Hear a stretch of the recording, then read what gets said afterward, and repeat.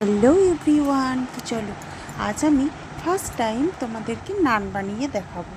তো প্রথমে নান বানানোর জন্য আমি একটা গামলার মধ্যে ময়দা নিয়ে নিয়েছি। ময়দা নিয়েছি 4 বাটি। তো সেই পরিমাণে 1 চামচ চিনি, 1 চামচ আর 1 চামচের থেকে কিছুটা কম নুন, আর নিয়ে নিলাম এই চামচে 4 চামচ আমুল দুধ। তো সবগুলো ভালো করে মাখিয়ে নিলাম। তো তারপর আমি একটা কুসুম কুসুম গরম বাটিতে নিয়ে নিলাম 1 চামচ মাপ করে ইস্ট। তো এই যে দেখছো ইস্টটা, এই ইস্টটা আমি এই গরম দুধের সাথে ভালো করে গুলে নিলাম। তোমরা চাইলে ময়দার সাথেও মাখিয়ে নিতে পারো। তো আমি ইস্টটা ভালো করে দুধের সাথে গুলে নিয়ে সেই দুধটা দিয়ে আমি ময়দাটাকে মাখবো। এই যে দেখো ভালো করে গুলে নিচ্ছি।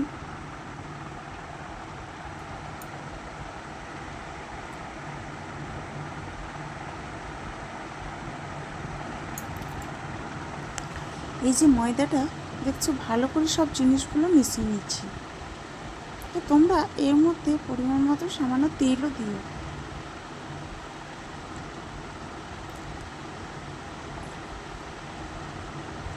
ভালো করে পুরো ময়দাটা মেখে নিচ্ছি।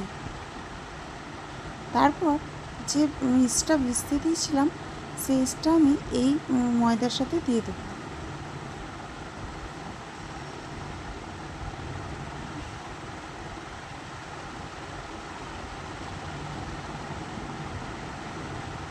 দেখো ইস্টটা দিয়ে দিলাম, একটু জল দিয়ে বাটিটা ধুয়ে দেবো। তো এই ময়দাটা কিন্তু যেমন আমরা রুটির জন্য আটা মাখি সেই আটা মতন হবে না, এটা কিন্তু ময়দাই নিতে হবে, তোমাদেরকে আটাতে হবে না। তো রুটির মতো না মেখে এটা কিন্তু রুটির মতন এতটা টান টান না করে প্রচণ্ড নরম করতে হবে। তারপর আমি তেলের প্যাকেটটাতে ঢাকা দিয়ে পলিথিন হিসাবে ঢাকা দিয়ে দিলাম। এটা কিন্তু একটা গরম জায়গার মধ্যে রাখতে হবে। আমি তার উপর একটা থালা, তার উপরে ময়দা টোয়াটা তুলে নিলাম। আর করবো চিলি চিকেন। তো চিলি চিকেন করার জন্য আমি একটা বাটিতে ছোটো ছোটো মাংসগুলোকে টুকরো করে নিয়ে চলে এসেছি। তার মধ্যে দিয়েছি আদা রসুনের পেস্ট, কর্নফ্লাওয়ার, একটা ডিম, ময়দা, লঙ্কার গুঁড়ো, সোয়া সস। তো তোমাদের বাড়িতে যদি গোলমরিচ গুঁড়ো থাকে তোমরা কিন্তু গোলমরিচ গুঁড়োটাও দিও। তো এগুলো সব একসাথে মাখিয়ে নেব। নানটা কিন্তু আটাটা মেখে কিন্তু তোমাদেরকে 1 ঘন্টার জন্য। তারপরে এই যে দেখো মাংসটা আমি ভালো করে মেখে দিলাম। এটাও কিন্তু আমি 1/2 ঘন্টার জন্য রেস্টে রেখে দেবো, যাতে মশলাপাতিগুলো ভালো করে ঢুকে যায়।